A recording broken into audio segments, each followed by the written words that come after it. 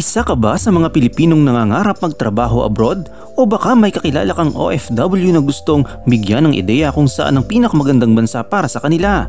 Sa video na to, pag-uusapan natin ang top 10 best countries para sa mga OFW. Alamin natin kung anong bansa ang may pinakamagandang oportunidad, mataas na sahod at mas magandang quality of life para sa ating mga kababayan. Kaya siguraduhin mong tapusin ang video na to, at kung bago ka pa lang sa ating channel, huwag kalimutang i-like, i-share at i-subscribe para sa mas marami pang kaalaman. Batay sa mga ulat mula sa Philippine Overseas Employment Administration, Philippine Statistics Authority at Expat Explorer HSBC, layunin nitong ipakita ang 10 pinakamagandang bansa para sa mga Pilipinong gustong magtrabaho sa ibang bansa na nag-aalok ng magandang oportunidad sa trabaho, seguridad at masayang pamumuhay. Narito na ang top 10 best countries for OFWs. Simulan natin sa ika-10 sa ating listahan.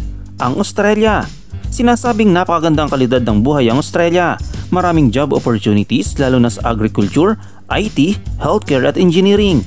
Mataas ang sahod na umaabot ng 200,000 pesos kada buwan.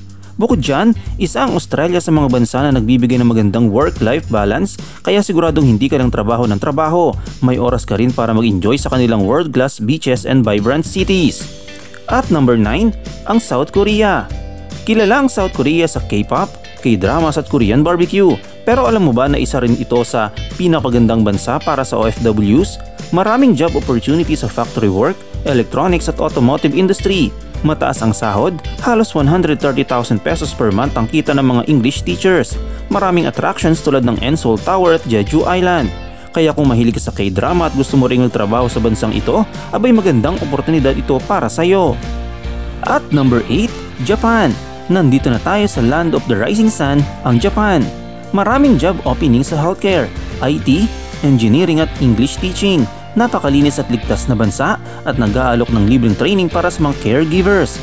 Napakaraming Pilipino ang katrabaho sa Japan, mahigit 300,000 na. Dahil sa lumalawak na demand para sa healthcare workers, parami ang oportunidad para sa ating mga kababayan dito.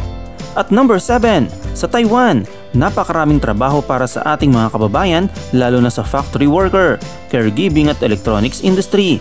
Walang placement fee, mataas ang demand sa factory at machine operators, at mahigit 89,000 OFWs na ang nagtatrabaho sa Taiwan. Isa na ito sa pinakamagandang puntahan dahil malapit lang ito sa Pilipinas. At number 6, ang Canada. Kung naghahanap ka ng matatag at family-friendly na bansa, Canada ang para sa iyo. May mahigit 1 milyong Pilipino na ang nakatira at nagtatrabaho sa Canada. Mataas ang sahod na umaabot ng 150,000 pesos kada buwan. At may benefits tulad ng healthcare, vacation leaves at child support. Ang pinakamaganda sa Canada, pwede kang maging permanent resident kung makapagtrabaho ka ng full-time ng 1 taon. At number 5, ang United Kingdom. Kilala ang UK sa kanilang matibay na ekonomiya, proteksyon sa mga manggagawa at libreng healthcare. Maraming job opportunities sa nursing, caregiving, engineering at construction. Ang legal protections para sa mga manggagawa, pwede kang mag-travel sa ibang European countries. Kung ikaw ay isang nurse o healthcare worker, isa ito sa best countries para sa iyo.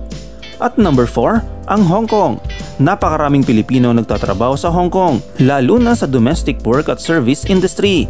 Ilan sa mga benepisyo, mataas ang sahod para sa domestic helpers, madaling puntahan at may malaking Filipino community. Isa pa sa pinakamalaking populasyon ng OFW sa buong mundo.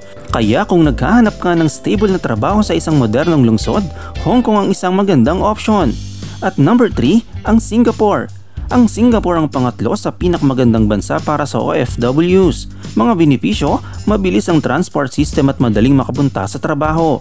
Maraming job opportunities sa IT, healthcare at finance. Isa sa pinakaligtas na bansa sa mundo.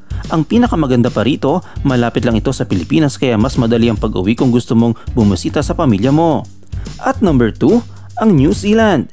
Kung gusto mong mabuhay sa isang tahimik, ligtas at magandang bansa, New Zealand ang sagot.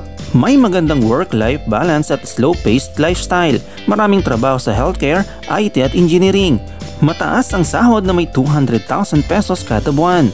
Sa New Zealand, mas madaling makapag-adjust sa mga Pilipino dahil sa malapit na klima at friendly na environment. At sa number 1, ang pinakamagandang bansa para sa OFWs ay ang USA. Ito may pinakamalaking Filipino community sa ibang bansa. Maraming trabaho sa healthcare, tech at hospitality. May oportunidad para sa permanent residency at citizenship. Kaya hindi na nakapagtataka kung bakit libo-libong Pilipino ang patuloy na nangangarap makapagtrabaho dito. At yan ang top 10 best countries para sa mga OFW. Alin sa mga ito ang gusto mong puntahan? Comment down below at huwag kalimutang i-like, i-share at i-subscribe para sa mas marami pang kaalaman.